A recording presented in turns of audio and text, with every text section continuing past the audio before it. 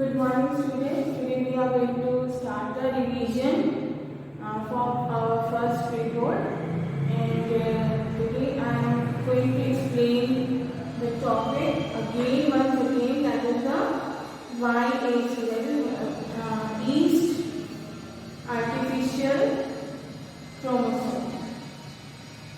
So for preparation of the exams, I will again tell you all to watch all the videos which I have published on NLP, and if any video you are not able to observe in that video, I will let me remind it and I will publish it again. And few important topics which I feel that you might need the revision, you might have not understood.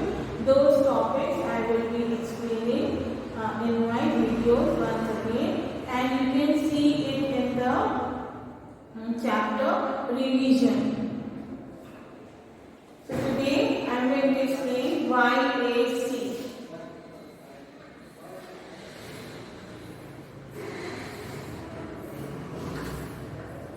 YAC is also called as yeast artificial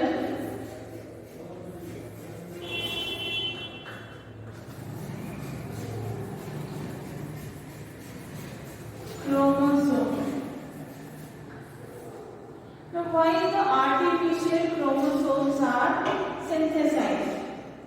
Now, artificial chromosomes are synthesized for the process of biotechnology, and in this process, what we do in the process of biotechnology, what we do, we are introducing a required gene in the bacterial or plasmid DNA, and when these bacteria or plasmid is multiplied, then this DNA also multiplies, and when this DNA is separated, the gene is separated, and it is introduced into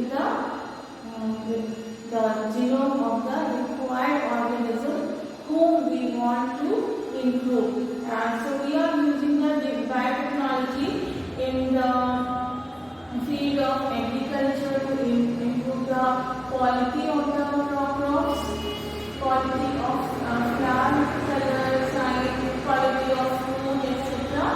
So in that field we are inserting the desired gene, and this desired gene is when it is introduced into the crop, into the DNA of the plant, this desired gene is causing that plant to improve the variety. So for that, YAC, BAC, PBR322, etc., these are certain artificial chromosomes. These are synthesized, and so one of these artificial chromosomes is the YAC. So first of all, we will see the structure.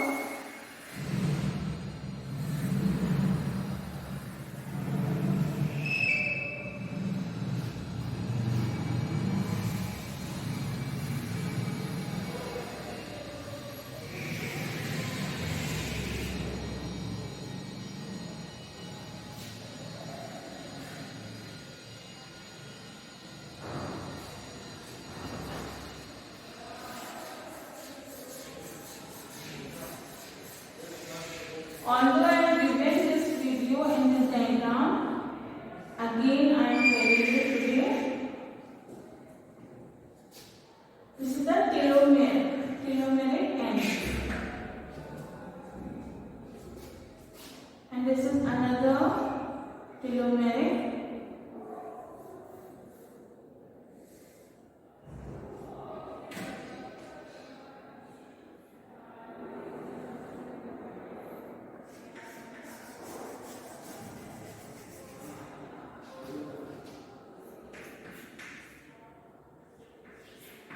This is also telomeric end.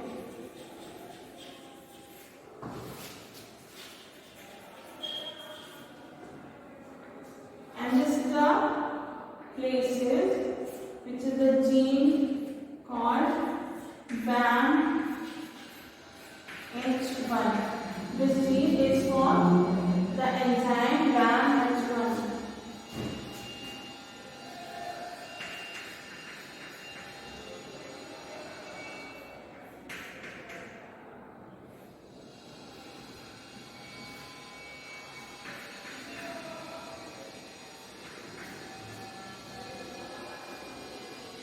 Then this is the site for MCS, that is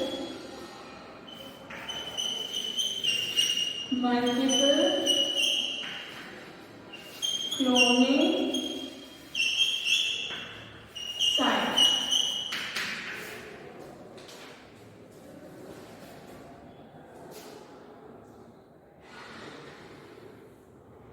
And here this is the selectable marker for yeast.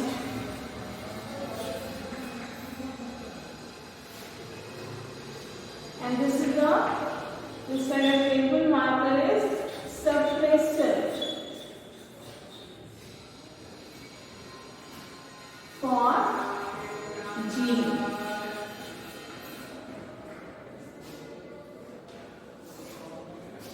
Then here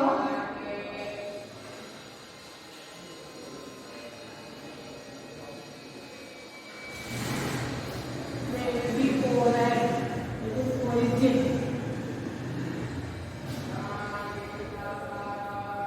Yeast, it is the origin of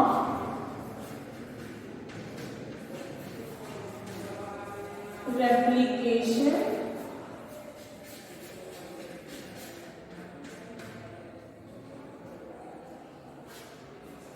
in the yeast cell.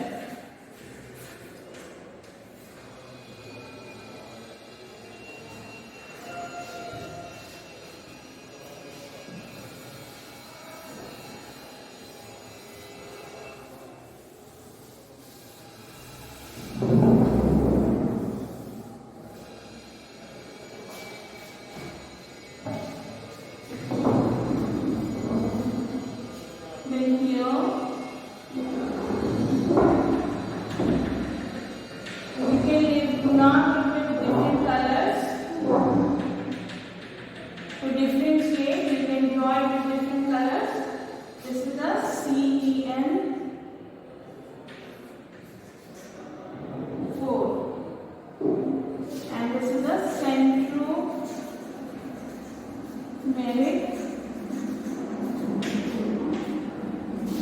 sequence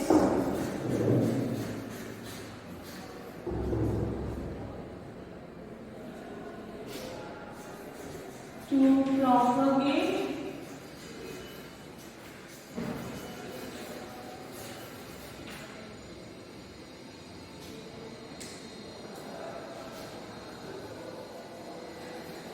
inside the yeast.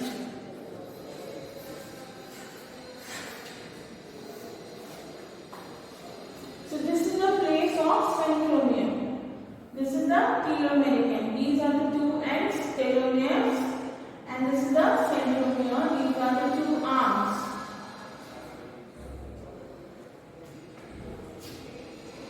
And this is another origin.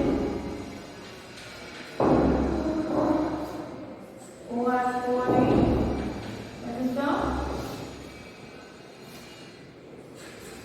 origin of replication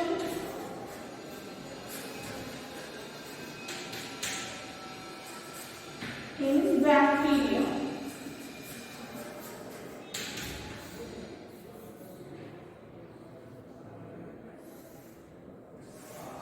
So you can see it has two sites of origins. If it is introduced in the yeast, here there will be replication taking place and it will replicate in the yeast cell. If it is introduced in bacterial cell,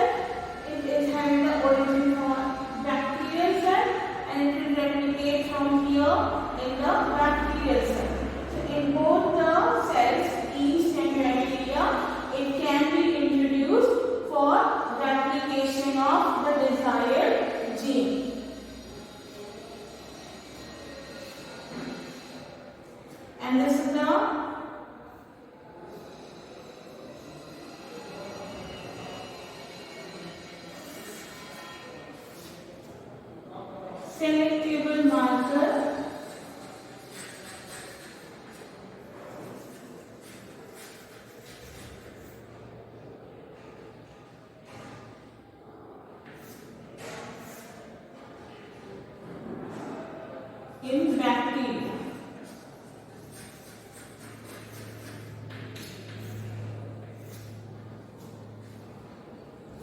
So this is the structure of YAC.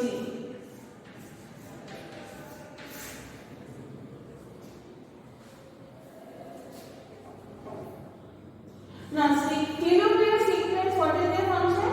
Telomeres are required for the stability of the chromosome. Means any chromosome, if the telomeres are there, they are not letting the nucleotide sequences to get destroyed, damaged, and so this makes the stability, gives the stability to the chromosome. Then each artificial chromosome is a cloning vector. Artificial chromosome is the cloning vector. It is specially designed for very big DNA segments. Means we can clone the very big DNA segment because it is having the site for multiple cloning sites. So very big DNA segment can be inserted into this bacterial, into this YAC for multiplication. So its characteristic is, first characteristic is it has telomeric sequence which is giving the stability to the chromosome. Then second characteristic is each artificial chromosome is a cloning vector and is especially designed to very big DNA segments as big as like several mega base pairs. So in circular, this is the circular form of this artificial chromosome. It can be grown inside the bacteria also.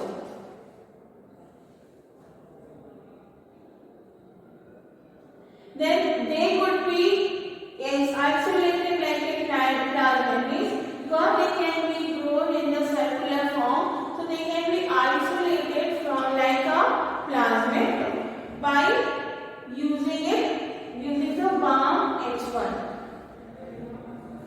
Then a fragment between telomeres will get separated, and we will get, if the fragment between the telomeres is separated, then we can have the linear type of this chromosome also. If the segment is broken here, we can have linear chromosome also.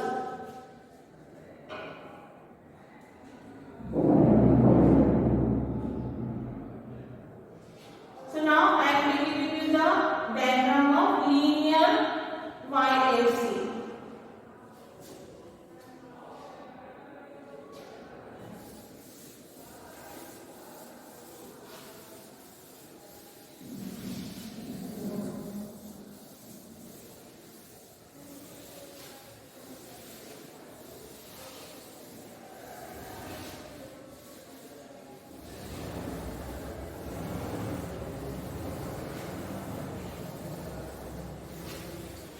Children, this YAC is not very nicely described at any website or any book. So whatever I am giving you, this I am taking from many sites, many books, and then I have written it. Although yet it is not very much clearly explained. So whatever I have given, that you understand and learn it. So if we draw the linear YAC, these will be the telomeres, because by using BAM H1 we have broken the site. So these became separated. So this will be telomere.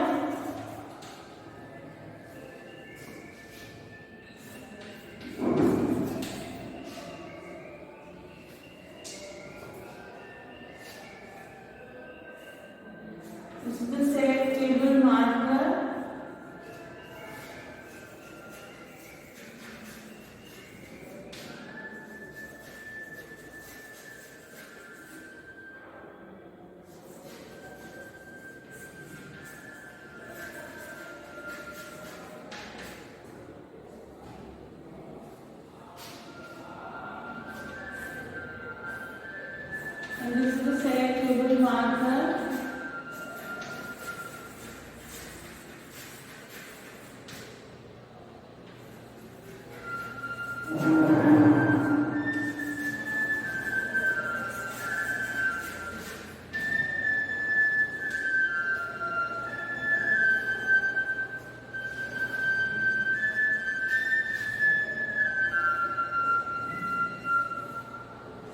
This is oride for bacteria.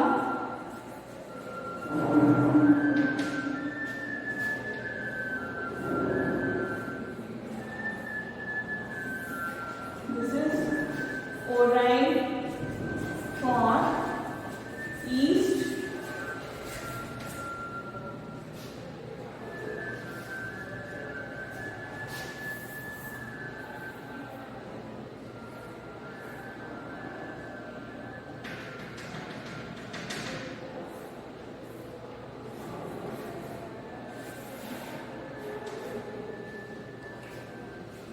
This is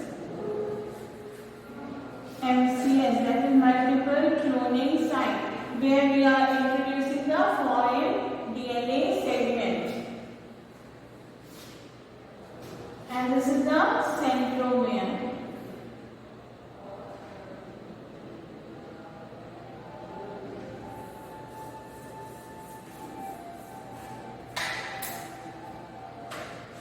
CEN, that is centromere.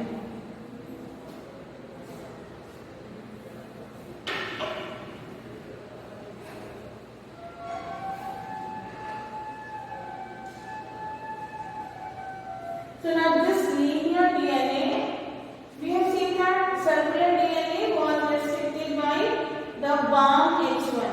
It can be restricted by BAM H1, but this linear DNA is again restricted with another restriction enzyme at MCS.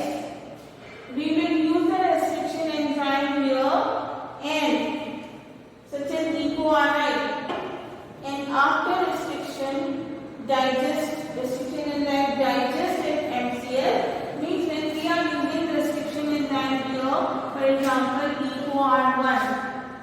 EcoR1 is one enzyme. When we are using this restriction enzyme, this is the restriction enzyme EcoR1, this is used here. When this enzyme is used here, this MCS is digested, and then here we can insert the desired DNA for cloning.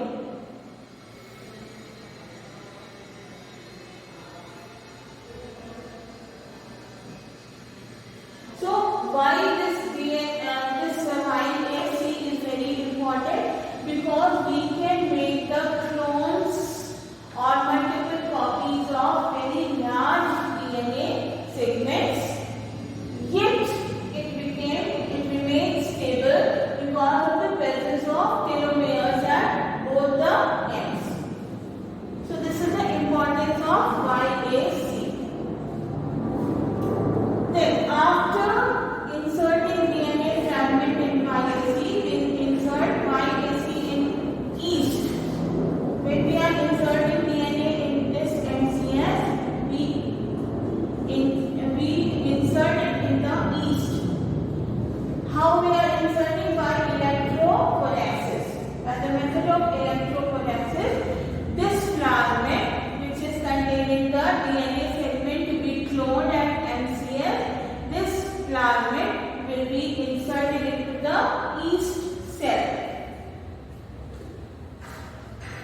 Then it is grown in the form of colony. This yeast cell will grow in the form of colonies.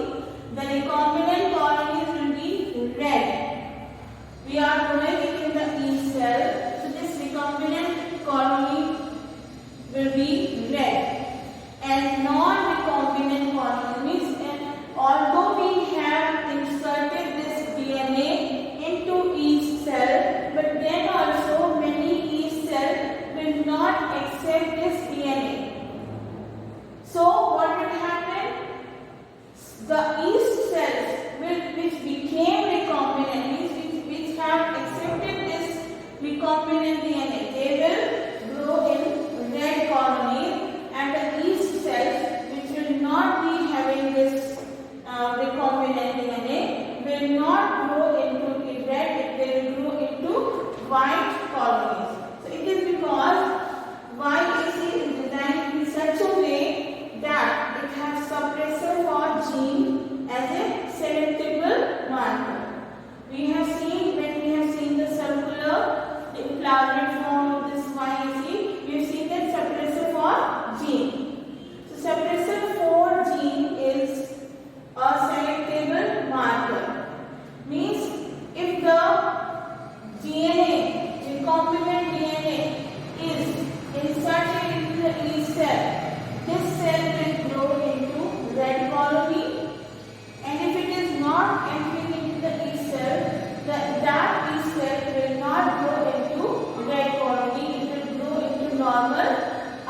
white colony. So this suppressor gene is actually working as a selectable marker, because when a gene of interest is added at NCS, it disrupts the suppressor 4 gene. Means when it is added here, it is disrupting the activity of suppressor 4 gene. Now the suppressor 4 gene cannot suppress the red color of east column. So this is how selectable markers are helping